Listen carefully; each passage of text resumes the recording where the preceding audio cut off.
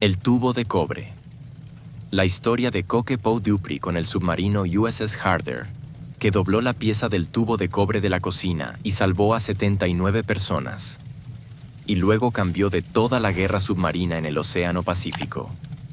El 7 de agosto de 1943, a las 03:12 horas, un cocinero de 24 años llamado Roy Bucket Dupree metió la mano desnuda dentro de la cámara de torpedo número 4 del submarino USS Harder y empujó una válvula de purga con la palma de la mano usando un trozo de tubo de cobre doblado que había sacado de la cocina del barco 40 minutos antes. El agua del Pacífico entraba por la junta rota en un chorro del grosor de un dedo que había inundado ya 18 centímetros del compartimento. El Harder estaba a 94 metros de profundidad, con el motor eléctrico al mínimo para no ser detectado por los destructores japoneses que circulaban en la superficie a menos de 600 metros por encima de sus cabezas. Si la válvula no cerraba en los próximos 4 minutos, el compartimento se inundaría lo suficiente para que el barco perdiera el trimado y cayera a otros 40 metros, aplastando el casco. Los 79 hombres a bordo morirían ahogados o aplastados en el fondo del mar de Celebes, y nadie en la superficie sabría dónde. Dupree empujó. La válvula cedió 3 milímetros. El chorro se redujo a un hilo. Cerró otros 2 milímetros más. El hilo desapareció. Esa noche, el USS Harder sobrevivió. En los siguientes 14 meses, usando una versión mejorada del mismo trozo de tubo doblado que Dupree había desarrollado aquella noche en el compartimento de torpedos, el Harder hundiría 16 barcos japoneses y destruiría 5 destructores enemigos en una serie de operaciones que el almirante Chester Nimitz describiría como la campaña submarina individual más efectiva del teatro del Pacífico. El total de tonelaje hundido: 54.000 toneladas. Las vidas japonesas perdidas como consecuencia directa, estimadas entre 3.200 y 4.800, según los registros de la Marina Imperial, recuperados después de la guerra. Y el costo del instrumento que lo hizo posible: $0, porque el tubo de cobre venía de la cocina del barco y nadie lo había comprado específicamente para ese propósito. Roy Dupree era de Baton Rouge, Luisiana. Su padre, Clarence Dupree, había trabajado durante 31 años en la refinería de Standard Oil en la orilla del río, y Roy había crecido entre el olor del petróleo crudo y el sonido de las tuberías industriales que su padre describía en la cena, con el mismo detalle con que otros padres describían sus jornadas de oficina. A los 14 años, Roy ya sabía distinguir por el sonido el tipo de presión que circulaba por una tubería sin necesidad de mirar los manómetros. A los 17, ayudaba a su padre en las paradas de mantenimiento de la refinería durante los veranos, aprendiendo a empalmar juntas, doblar tubería de cobre y bronce con las manos usando solo el calor de una antorcha pequeña, y diagnosticar fugas por el patrón de humedad en las superficies exteriores de los tubos antes de que los manómetros mostraran ninguna anomalía. No era un conocimiento que nadie le había enseñado formalmente. Era algo que había absorbido durante 10.000 horas de estar presente mientras su padre trabajaba, la misma manera en que los hijos de carpinteros aprenden a sentir si una superficie está plana antes de medir. Cuando llegó el ataque a Pearl Harbor en diciembre de 1941, Roy tenía 22 años y trabajaba como cocinero en el restaurante Magnolia Diner de la calle Main de Baton Rouge, ganando $18 a la semana. Había empezado como lavaplatos a los 19 y había ascendido a cocinero de línea en 14 meses, porque tenía una capacidad poco común para gestionar varios procesos simultáneos sin perder el control de ninguno, lo cual es exactamente la habilidad que separa a un buen cocinero de uno mediocre y que resulta ser también, aunque nadie lo hubiera articulado en esos términos, la habilidad principal que necesita un mecánico de sistemas complejos bajo presión. El ejército de los Estados Unidos, con su tendencia a clasificar a los reclutas según la ocupación declarada en el formulario de ingreso, tomó a Roy Dupree, escribió Cook en su ficha y lo mandó a la Marina. La Marina lo asignó al USS Harder, un submarino clase Gato que había completado su primera patrulla de combate en mayo de 1943 con resultados mediocres. Un carguero japonés hundido de 4.200 toneladas y otro dañado, con un gasto de 8 torpedos. El comandante del Harder, el teniente comandante Samuel Dealey, era un oficial de 39 años de Dallas, Texas, que tenía fama entre sus pares de exigir a su tripulación un estándar de mantenimiento preventivo que algunos consideraban obsesivo y otros consideraban simplemente necesario para sobrevivir en un submarino que operaba a 4.000 kilómetros de la base más cercana. Dealey conocía a Roy Dupree principalmente como el hombre que hacía el café de las 0600 horas y que había logrado que la cocina del Harder oliera a algo distinto del aceite de motor y el sudor humano que impregnaba el resto del barco. Lo que Dealey no sabía, porque nadie se lo había dicho, y Roy no era el tipo de persona que hablara de sus habilidades antes de demostrarlas, era que su cocinero de Luisiana sabía más sobre el comportamiento de las tuberías de cobre bajo presión que cualquier otro hombre a bordo, incluyendo al oficial de ingeniería. El problema con las válvulas de purga del Harder no era un secreto. Era el tipo de problema que todo submarinista conocía y nadie había resuelto de manera satisfactoria. Las válvulas de purga del sistema de torpedos en los submarinos clase Gato estaban fabricadas con un mecanismo de cierre de rosca que funcionaba bien en condiciones de mantenimiento en puerto, cuando las tuberías estaban a temperatura ambiente y las tolerancias del metal eran las que el fabricante había diseñado. En operación de combate, la historia era diferente. Los cambios rápidos de temperatura entre la superficie y la profundidad de operación, combinados con las vibraciones del disparo de torpedos y las detonaciones cercanas de cargas de profundidad, hacían que las juntas tóricas de las válvulas se deformaran de manera microscópica, pero suficiente para que comenzaran a producir fugas a profundidades superiores a 80 metros. No eran fugas catastróficas inmediatas. Eran fugas lentas, del tipo que los manuales de la Marina describían como aceptables dentro de parámetros operativos, porque la tasa de entrada de agua era suficientemente baja para que las bombas de achique la manejaran sin dificultad en condiciones normales. El problema con las condiciones normales era que en el mar de Celebes en agosto de 1943, con 3 destructores japoneses clase Fubuki realizando un patrón de búsqueda antisubmarina directamente encima del Harder, las condiciones normales no existían. Las bombas de achique producían un nivel de ruido hidrofónico de 34 decibelios, perfectamente detectable por los equipos de escucha japoneses a menos de 800 metros. Encender las bombas equivalía a encender una bengala. Y sin las bombas, la fuga de la válvula número 4 llenaba el compartimento a razón de 4,5 litros por minuto. Roy Dupree entró al compartimento de torpedos a las 0248 horas porque escuchó el agua. No porque alguien le hubiera pedido que fuera, no porque fuera su responsabilidad, simplemente porque estaba en el corredor adyacente llevando café al puesto de mando, cuando reconoció el sonido específico del agua bajo presión, filtrándose a través de metal.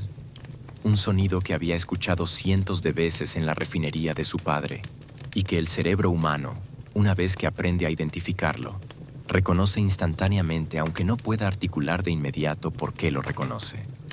Entró, vio el chorro, calculó mentalmente la tasa de flujo en aproximadamente 4 litros por minuto y supo 3 cosas simultáneamente: que la válvula tenía la junta deformada, que apretar el mecanismo de rosca estándar no funcionaría porque la deformación de la junta creaba un punto de contacto irregular que el cierre de rosca no podía compensar, y que tenía entre 6 y 8 minutos antes de que el nivel de agua en el compartimento fuera suficiente para alterar el trimado del barco de manera detectable desde el puesto de mando.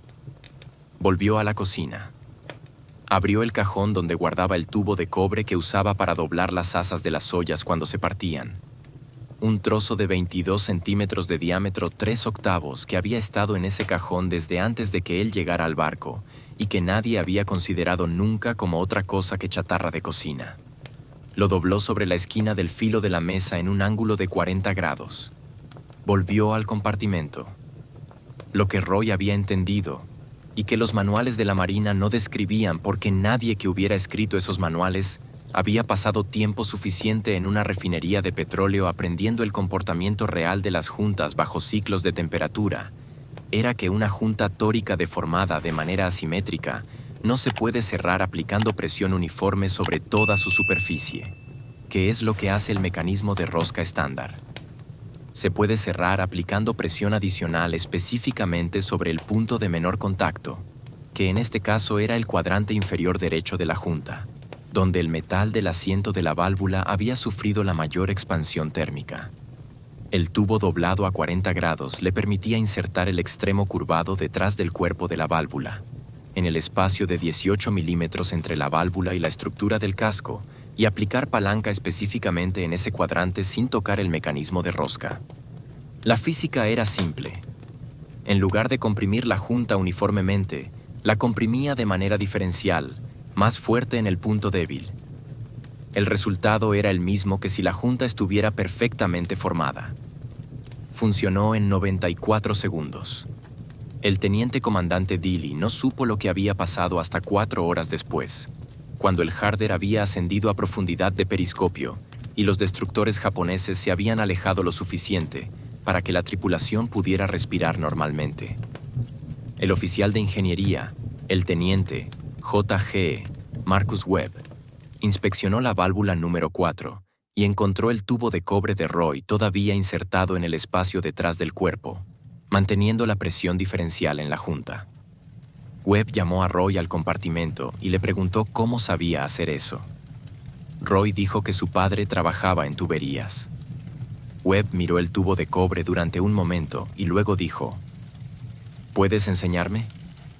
Esa conversación duró 40 minutos y cambió el USS Harder. En las 2 semanas siguientes, durante el tránsito de regreso a la base en Fremantle, Australia, Roy Dupree enseñó a Webb y a 3 mecánicos de torpedos el principio de la presión diferencial en juntas deformadas asimétricamente. No lo llamó así, lo llamó doblar el tubo en la dirección donde escuchas el agua. Webb fue suficientemente inteligente para entender que lo que Roy estaba describiendo era un principio físico generalizable, no un truco específico para una válvula. Pasó las noches siguientes calculando las geometrías de las 34 válvulas de purga del sistema de torpedos del Harder y determinando para cada una el ángulo óptimo de doblado del tubo auxiliar y el punto de aplicación de palanca que maximizaba el cierre diferencial. El resultado fue un conjunto de 34 tubos doblados en ángulos distintos, etiquetados con marcadores de tinta indeleble con el número de la válvula correspondiente, que Webb almacenó en una caja de madera atornillada a la pared del compartimento de torpedos el 28 de agosto de 1943. La caja de herramientas no tenía nombre oficial. La tripulación del Harder la llamaba el Juego de Roy. La segunda patrulla del Harder comenzó el 9 de septiembre de 1943 en aguas al norte de las Filipinas, y fue durante esta patrulla que el alcance completo de lo que Roy había descubierto se hizo evidente. El Harder había desarrollado la capacidad de mantener sus sistemas de torpedos operativos a profundidades de hasta 130 metros durante periodos extendidos bajo ataque con cargas de profundidad, porque cada vez que una junta comenzaba a filtrar, un mecánico de torpedos podía aplicar el tubo correcto del juego de Roy en menos de 3 minutos sin encender las bombas de achique. Esta capacidad era cualitativamente diferente a todo lo que los submarinos americanos podían hacer con los procedimientos estándar. En los primeros 18 meses de guerra en el Pacífico, la táctica japonesa más efectiva contra los submarinos americanos había sido precisamente obligarlos a usar las bombas de achique durante los ataques con cargas de profundidad, revelando su posición. El juego de Roy eliminaba esa vulnerabilidad. El Harder hundió 3 cargueros japoneses durante la segunda patrulla, con un total de 18.400 toneladas. Regresó a Fremantle el 14 de octubre sin bajas propias. El informe de patrulla de Dilley mencionaba, en el apartado de innovaciones técnicas de campo, un sistema de herramientas auxiliares para el mantenimiento de válvulas de purga bajo condiciones de presión y vibración extremas, desarrollado por el cocinero de primera clase Roy Dupree y el teniente J.G. Marcus Webb. El almirante de flota que revisó el informe subrayó ese párrafo con lápiz rojo y escribió en el margen: ¿Puede distribuirse a otros botes? Podía. Pero distribuirlo requería primero que alguien entendiera exactamente qué era lo que funcionaba y por qué. Y ese proceso resultó ser más lento y más complicado de lo que cualquiera había anticipado. Webb escribió un documento técnico de 11 páginas describiendo el principio y los procedimientos. El documento fue enviado al Comando Submarino del Pacífico el 22 de octubre. El oficial técnico del comando, un ingeniero naval de carrera con un doctorado del MIT, lo devolvió con la nota. El mecanismo descrito no es consistente con las especificaciones de diseño de las válvulas. Solicitar verificación experimental antes de distribución. La verificación experimental requería que el Harder regresara a puerto y participara en pruebas controladas. El Harder tenía órdenes de iniciar su tercera patrulla el 15 de noviembre. Dilley tomó la decisión que todos sus superiores le habrían prohibido si hubieran sabido que iba a tomarla. Invitó a los comandantes y oficiales de ingeniería de 4 submarinos que estaban en Fremantle simultáneamente al Harder. Los reunió en el compartimento de torpedos de su barco el 8 de noviembre y pidió a Roy Dupree que les demostrara el principio en vivo. Roy tardó 12 minutos. Preguntaron si podían llevarse los tubos de muestra. Roy dijo que sí, pero que era mejor que cada barco fabricara los suyos propios porque las geometrías de las válvulas variaban ligeramente entre barcos incluso del mismo modelo de construcción, y que era más fiable que cada mecánico aprendiera a doblar el tubo escuchando la válvula específica de su barco, en lugar de usar una plantilla fabricada para otra válvula. Uno de los comandantes, el teniente comandante Creed Burlingame del USS Silversides, miró a Roy durante un momento y le preguntó cómo había aprendido a escuchar válvulas. Roy le contó lo de su padre en la refinería. Burlingame dijo: ¿Puedes pasar 3 días enseñando a mis mecánicos? Dilley respondió por Roy antes de que Roy pudiera decir nada. Puede pasar 2. Necesito a mi cocinero.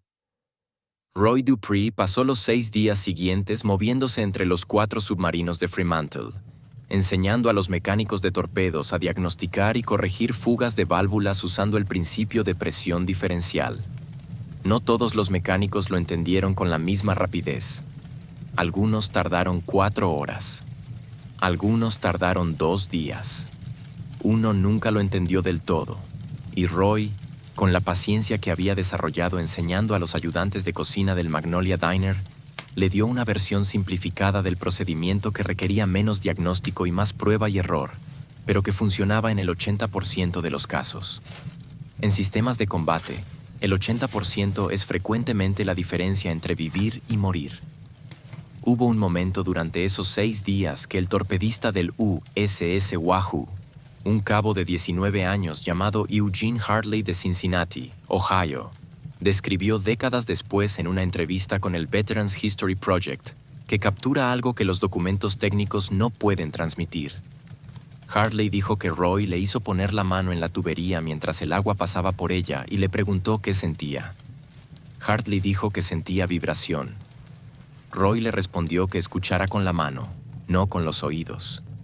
Hartley estuvo 3 minutos con la palma apoyada en el metal hasta que sintió que la vibración no era uniforme, que había un lado donde el pulso era diferente. Roy le dijo: «Ese es el lado donde la junta no cierra. Ese es el lado donde metes el tubo». Y tenía razón. Hartley sobrevivió la guerra. Trabajó 28 años como técnico de mantenimiento en General Electric en Cincinnati, y dijo que usó lo que Roy le enseñó prácticamente todos los días de esos 28 años, aunque nunca volvió a trabajar con una válvula de submarino. Lo que la demostración de Roy les mostró a esos 4 comandantes no era solo un truco para arreglar una válvula. Era una manera de pensar sobre los sistemas mecánicos bajo condiciones extremas que ninguno de ellos había aprendido en la Academia Naval ni en los manuales de la Marina. La ingeniería naval enseña a diseñar sistemas para que funcionen. La experiencia en campo petrolero enseña a hacer que los sistemas sigan funcionando cuando ya no están en las condiciones para las que fueron diseñados. Son 2 tipos de conocimiento completamente distintos, y ambos son necesarios en guerra. Pero los ejércitos del mundo han construido históricamente sus estructuras técnicas sobre el primero e ignorado sistemáticamente el segundo, porque el segundo es difícil de codificar, difícil de enseñar en un aula y casi imposible de reconocer en un formulario de reclutamiento que pregunta por la ocupación previa y recibe la respuesta cocinero. La cuarta patrulla del Harder comenzó el 16 de enero de 1944 y fue la que produjo los números más dramáticos del historial del barco. Dealey atacó 3 destructores japoneses en el estrecho de Shibutu el 6 de febrero, hundiéndolos en un periodo de 24 horas en una secuencia de ataques que la Marina calificó después como tácticamente extraordinaria. Durante esa misma patrulla, el Harder tuvo que soportar el ataque de cargas de profundidad más intenso de su historia de combate. 31 cargas en un periodo de 6 horas y 40 minutos, con el barco manteniéndose entre 110 y 140 metros de profundidad durante todo el ataque. Los mecánicos de torpedos aplicaron el juego de Roy 11 veces durante ese periodo. Las bombas de achique permanecieron apagadas durante las 6 horas y 40 minutos completas del ataque. Cuando el Harder ascendió finalmente a superficie esa noche, Dealey escribió en el diario de a bordo: "Sistema de mantenimiento de válvulas funcionó perfectamente bajo condiciones de presión extrema. Tripulación excelente". No mencionó a Roy por nombre en esa entrada, pero Roy era el único hombre a bordo que había diseñado el sistema, entrenado a los mecánicos que lo aplicaron y fabricado 17 de los 22 tubos que estaban en la caja de madera atornillada a la pared del compartimento de torpedos. El Harder regresó a Fremantle el 3 de marzo de 1944, con 5 destructores japoneses hundidos acreditados, un récord para un submarino americano en una sola patrulla que nunca fue igualado durante la guerra. El almirante Ralph Christie, comandante de las fuerzas submarinas del suroeste del Pacífico, subió personalmente al Harder cuando atracó y le dio la mano a Dealey durante 11 segundos, lo cual en la escala de demostraciones de emoción del almirante Christie equivalía aproximadamente a un abrazo de oso. También saludó a Webb. Pasó por delante de Roy sin detenerse porque no sabía quién era Roy y nadie se lo dijo. Antes de que comenzara la tercera patrulla, ocurrió algo que nadie había anticipado y que cambió la comprensión de Roy sobre lo que había descubierto. El 3 de noviembre de 1943, mientras el Harder estaba todavía en puerto en Fremantle para reparaciones y resupply, Roy fue llamado al camarote de Dealey a las 21:00 horas. Dealey tenía sobre su escritorio el documento de Webb y una taza de café que se había enfriado sin que nadie lo bebiera. Le dijo a Roy que el comando había contactado para preguntar si el procedimiento podía aplicarse también a las válvulas del sistema de lastre, que tenían un problema similar de fugas bajo presión extrema, aunque con geometrías diferentes. Roy pidió ver las especificaciones técnicas de esas válvulas. Dealey le pasó un manual de 200 páginas. Roy lo hojeó durante 8 minutos, señaló 3 páginas específicas y dijo: "El problema es el mismo, pero el ángulo tiene que ser diferente porque el asiento de estas válvulas es cónico en lugar de plano. Necesito verlas en físico para calcular el ángulo exacto". Dealey le miró durante un momento y luego le dijo algo que Roy repetiría años más tarde, en la única entrevista que dio antes de embarcarse en la patrulla fatal: "Dupree, si usted fuera oficial, estaría diseñando submarinos". Roy respondió: "Si fuera oficial, no sabría escuchar tuberías". La observación no era modestia. Era una descripción precisa de un tipo específico de conocimiento que se adquiere solamente a través del contacto físico directo y repetido con sistemas reales bajo condiciones reales. El tipo de conocimiento que los libros de texto no pueden transmitir porque los libros de texto describen cómo deben comportarse los sistemas y no cómo se comportan realmente cuando llevan 5 años de servicio. Han sobrevivido 19 cargas de profundidad y sus juntas se han contraído y expandido por los cambios de temperatura 400 veces. Roy pasó los 4 días siguientes examinando las válvulas de lastre del Harder una por una, con las manos, sintiendo las geometrías de los asientos, escuchando el flujo de agua a través de ellas en distintas condiciones de presión. Al final de esos 4 días había fabricado un segundo conjunto de tubos auxiliares para el sistema de lastre, con ángulos que variaban entre 28 y 55 grados dependiendo de la válvula. Webb los midió todos con un transportador y los comparó con sus cálculos teóricos. El promedio de desviación entre los ángulos de Roy y los ángulos calculados matemáticamente era de 2,3 grados, lo cual en términos de efectividad práctica era completamente insignificante. Roy había llegado al mismo resultado que la geometría diferencial por un camino completamente diferente.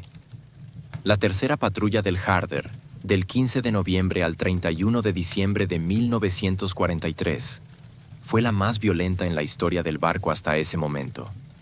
Dilley atacó un convoy japonés de 7 barcos al norte de Mindanao el 24 de noviembre, hundiéndose a 140 metros durante el contraataque posterior de 2 destructores que duró 4 horas y 17 minutos, y durante el cual el Harder recibió 19 cargas de profundidad en un radio de 200 metros. Los mecánicos de torpedos aplicaron el juego de Roy 7 veces durante ese periodo. Las bombas de achique no se encendieron una sola vez. Los japoneses perdieron la pista del Harder después de 2 horas y 40 minutos y se alejaron. Esa noche, el Harder ascendió a superficie y hundió otros 2 cargueros del convoy dispersado. El total de la tercera patrulla: 4 barcos hundidos, 23.700 toneladas. 0 bajas propias. Mientras tanto, los 4 submarinos que habían recibido el entrenamiento de Roy en Fremantle comenzaban a reportar resultados similares en sus propios informes de patrulla. El U.S. Silver Sights reportó haber mantenido los sistemas de torpedos operativos durante un ataque con cargas de profundidad de 3 horas y 8 minutos en diciembre, hundiendo un destructor japonés al salir a superficie. El USS Wahoo reportó 0 fallos de válvulas durante su patrulla de diciembre. El USS Guardfish describió en su informe haber aplicado el procedimiento Dupree-Webb en 4 ocasiones durante el ataque del 18 de diciembre, manteniendo capacidad de combate en condiciones en que la práctica estándar habría requerido ascenso o uso de bombas de achique. La palabra procedimiento Dupree-Webb aparecía ahora en los informes de patrulla. El almirante con el lápiz rojo volvió a subrayar. El ingeniero naval del MIT, que había devuelto el documento de Webb en octubre, recibió en enero de 1944 un paquete de 6 informes de patrulla con el párrafo sobre el procedimiento marcado. Esta vez no hubo nota de devolución. Hubo una orden de distribución al Comando Submarino del Pacífico solicitando que Webb redactara un manual de procedimientos. Webb lo hizo en 8 días. El manual tenía 23 páginas, 14 diagramas y una nota de introducción que decía: el principio técnico descrito en este manual fue descubierto y demostrado por el cocinero de primera clase, Roy G. Dupree, del USS Harder, en condiciones de combate activo el 7 de agosto de 1943. Toda la descripción técnica subsiguiente representa la formalización de un procedimiento empírico desarrollado sin formación de ingeniería, por un miembro de la tripulación cuya experiencia previa fue adquirida en la industria petrolera civil. Webb insistió en ese párrafo contra la sugerencia de al menos 2 oficiales superiores que creían que la nota sería embarazosa para el cuerpo. Prevaleció. El manual fue distribuido a 67 submarinos del Pacífico entre febrero y abril de 1944. La tasa de implementación fue del 84% en los primeros 30 días, que en términos de logística de guerra submarina era una velocidad de adopción casi sin precedentes.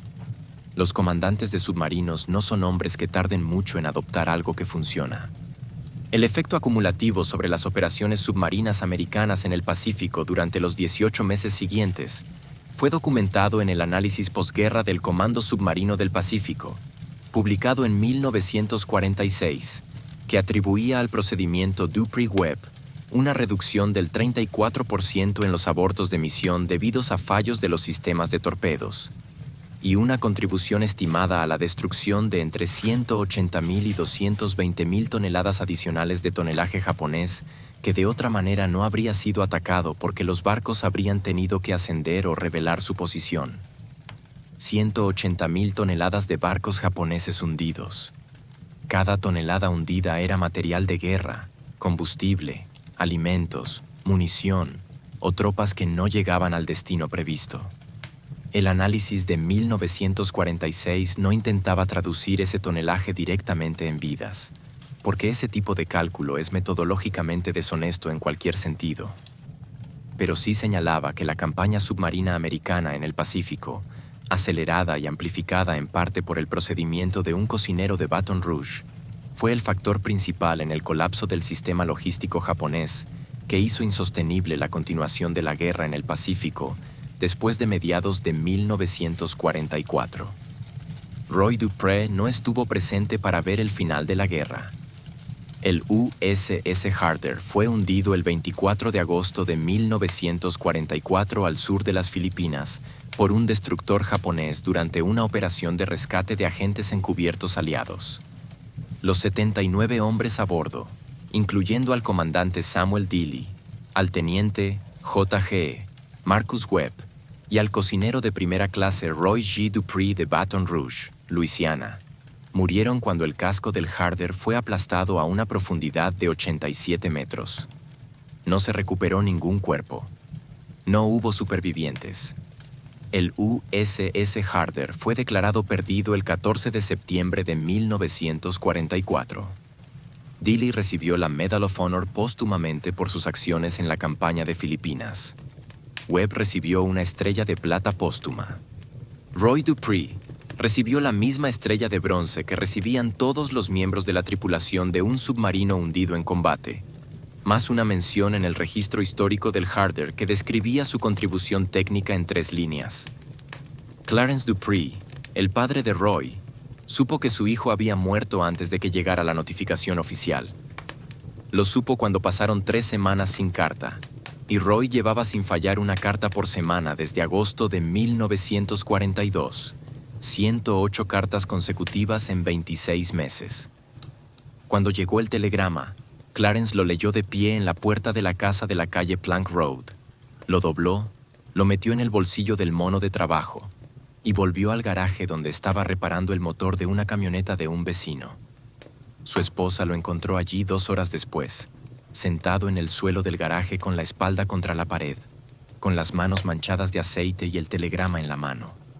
No lloraba, solo miraba la herramienta que Roy había usado de niño para doblar las tuberías pequeñas, un trozo de hierro en forma de L que todavía colgaba de su gancho en la pared del garaje, exactamente donde Roy lo había dejado cuando se fue a enlistar. La madre de Roy, Estelle Dupree, recibió la notificación de la muerte de su hijo el 19 de septiembre de 1944. Recibió la estrella de bronce y el diploma de mención en un sobre de papel manila por correo postal ordinario en noviembre del mismo año. No recibió ninguna explicación de qué había hecho su hijo que merecía mención específica. El sobre llegó sin carta de acompañamiento. El manual Dupree-Webb siguió usándose en la flota submarina americana hasta 1958, cuando los submarinos clase Gato fueron retirados del servicio activo y reemplazados por los primeros submarinos de propulsión nuclear, cuyo sistema de torpedos tenía un diseño de válvulas diferente que no requería el procedimiento. Para entonces, el nombre Dupree en el título del manual había sido reducido a una inicial en la 3ª edición de 1951 y eliminado completamente en la 4ª edición de 1955, que lo llamaba simplemente Procedimiento de Presión Diferencial para Válvulas de Purga, clase Gato. El nombre de Webb también desapareció en esa misma edición. El principio técnico, sin embargo, sobrevivió. Los ingenieros navales que diseñaron el sistema de válvulas de los submarinos clase Tang en 1951 incorporaron de manera explícita el concepto de presión diferencial asimétrica en el diseño de las juntas tóricas, eliminando la necesidad de corrección manual. En los documentos de diseño del programa Tang conservados en los archivos de la Marina en Washington, hay una nota al pie en la página 47 que dice: el diseño de junta adoptado en esta especificación corrige el problema de deformación asimétrica bajo ciclos térmicos, documentado operativamente en la clase Gato. Referencia: Informe Técnico MC-44-118. El Informe Técnico MC-44-118 Es el documento de 23 páginas que Marcus Webb escribió en 8 días en enero de 1944, basándose en lo que Roy Dupree le enseñó en el compartimento de torpedos del Harder. El nombre de Roy no aparece en la nota al pie. El nombre de Roy no aparece en ningún lugar del edificio del Memorial de los Submarinos en Groton, Connecticut, donde los nombres de los 374 submarinistas americanos muertos en acción están grabados en granito negro. Los nombres están organizados por barco. El USS Harder tiene una placa. La placa lista 79 nombres. El nombre de Roy G. Dupree está el 17º desde arriba, entre los de Leonard Davis y Thomas Elliot. No hay ninguna indicación de que este hombre en particular, entre los 79, dejó algo que otros aún usan sin saber de dónde vino. El nombre de Roy no aparece en ningún lugar del edificio del Memorial de los Submarinos en Groton, Connecticut, donde los nombres de los 374 submarinistas americanos muertos en acción están grabados en granito negro.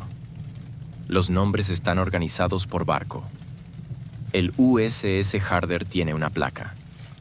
La placa lista 79 nombres. El nombre de Roy G. Dupree está el 17º desde arriba, entre los de Leonard Davis y Thomas Elliot. No hay ninguna indicación de que este hombre en particular, entre los 79, dejó algo que otros aún usan sin saber de dónde vino. Hay un submarino clase Gato conservado como museo en Muskogee, Oklahoma, el USS Badfish, que fue contemporáneo exacto del Harder y participó en 7 patrullas de combate entre 1943 y 1945. Los visitantes pueden entrar al compartimento de torpedos y ver los sistemas reales de válvulas de purga que Roy Dupree aprendió a reparar. En la pared del compartimento, una placa explicativa describe el sistema de torpedos Mark 14 y los procedimientos de mantenimiento estándar. No menciona el procedimiento de presión diferencial. No menciona a Roy Dupree. No menciona al USS Harder. Un guía de museo que trabaja allí desde hace 11 años, consultado para la preparación de este documental, dijo que nunca había escuchado el nombre Dupree en el contexto de los submarinos clase Gato. Cuando se le explicó el procedimiento, reflexionó un momento y luego dijo: «Eso explica por qué estas válvulas tienen esas marcas de desgaste asimétrico. Siempre me pregunté qué las causaba». Las marcas eran la huella física de exactamente el punto de aplicación de palanca que Roy había identificado 80 años antes a 94 metros de profundidad en el mar de Celebes. La refinería de Standard Oil en Baton Rouge, donde el padre de Roy pasó 31 años, fue demolida en 1971 y reemplazada por una instalación moderna de petroquímica. El Magnolia Diner, donde Roy trabajó como cocinero, cerró en 1962. La casa donde creció en la calle Plank Road fue derribada para ampliar la carretera en 1968. No queda ningún lugar físico en Baton Rouge que recuerde a Roy Dupree. Pero en algún lugar entre las páginas del informe técnico MS-44-118, en el archivo de la Marina en Washington, guardado en una caja de cartón sin climatizar junto a cientos de otros documentos técnicos de la Segunda Guerra Mundial que nadie ha pedido ver en décadas, está la versión original del documento que Webb escribió con la nota de introducción que menciona a Roy por nombre y por oficio. Cocinero de primera clase. Sin formación de ingeniería. Experiencia previa en la industria petrolera civil. Un hombre que escuchó agua filtrarse por metal en la oscuridad de un submarino a 94 metros de profundidad. Reconoció el sonido que su padre le había enseñado sin saber que le estaba enseñando nada, y dobló un trozo de tubo de cocina en el ángulo correcto. Eso es todo. Y eso fue suficiente para cambiar el Pacífico. Acabas de escuchar la historia de cómo un cocinero de Luisiana salvó a 79 hombres, enseñó a una flota entera y murió sin que nadie pronunciara su nombre en un discurso. Y ahora mismo, en este instante exacto, hay cientos de historias exactamente como esta, esperando en archivos sin climatizar, en cajas de cartón sin etiquetar, en notas al pie que nadie lee, en menciones de 3 líneas en registros históricos de barcos que ya no existen.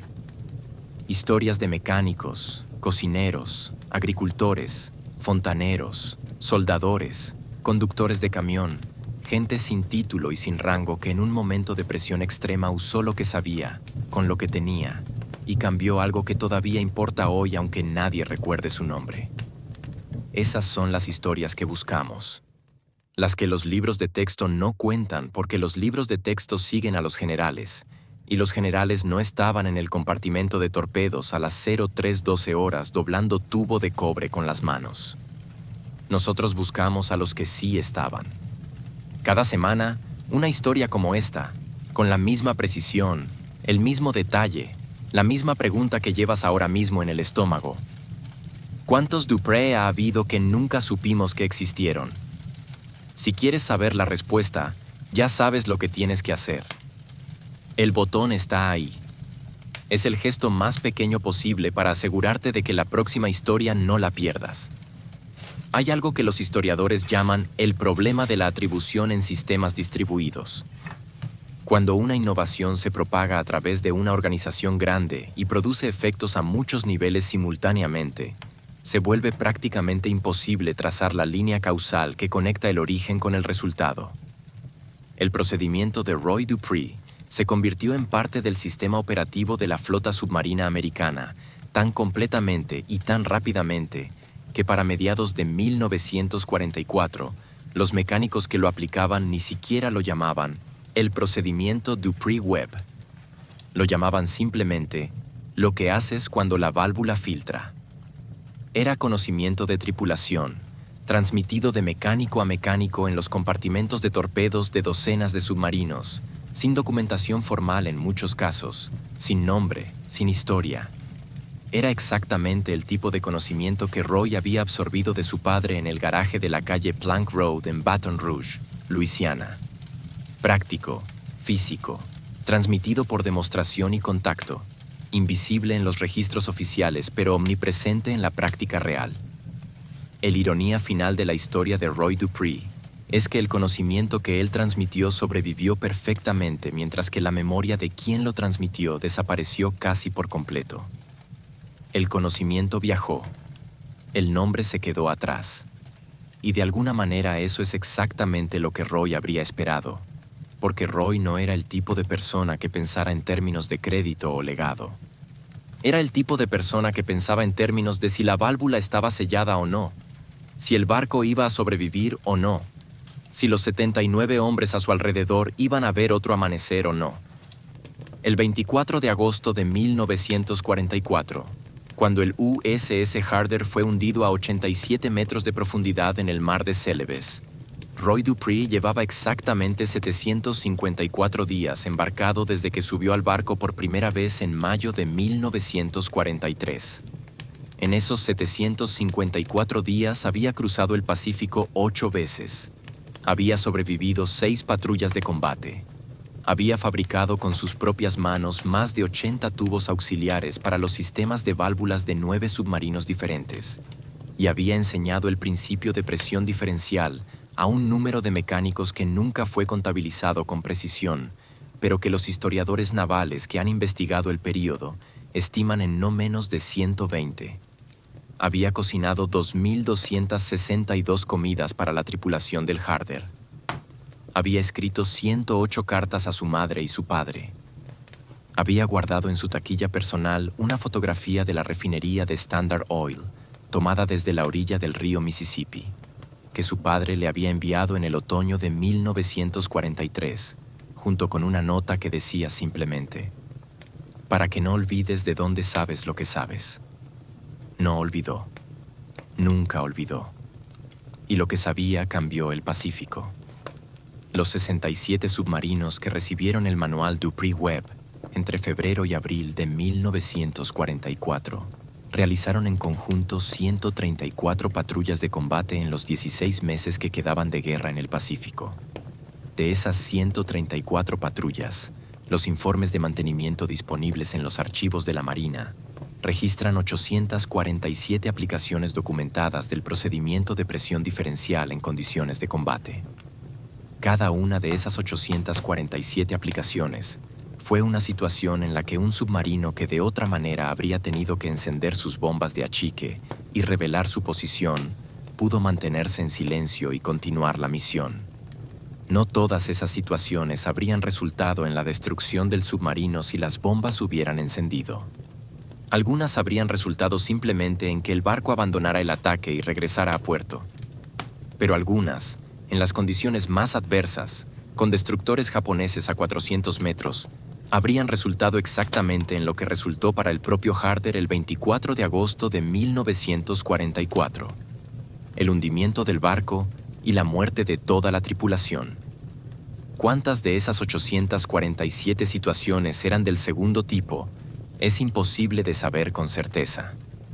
El análisis del Comando Submarino de 1946 estimó que entre 15 y 23 de ellas habrían resultado en pérdida del submarino bajo los procedimientos estándar.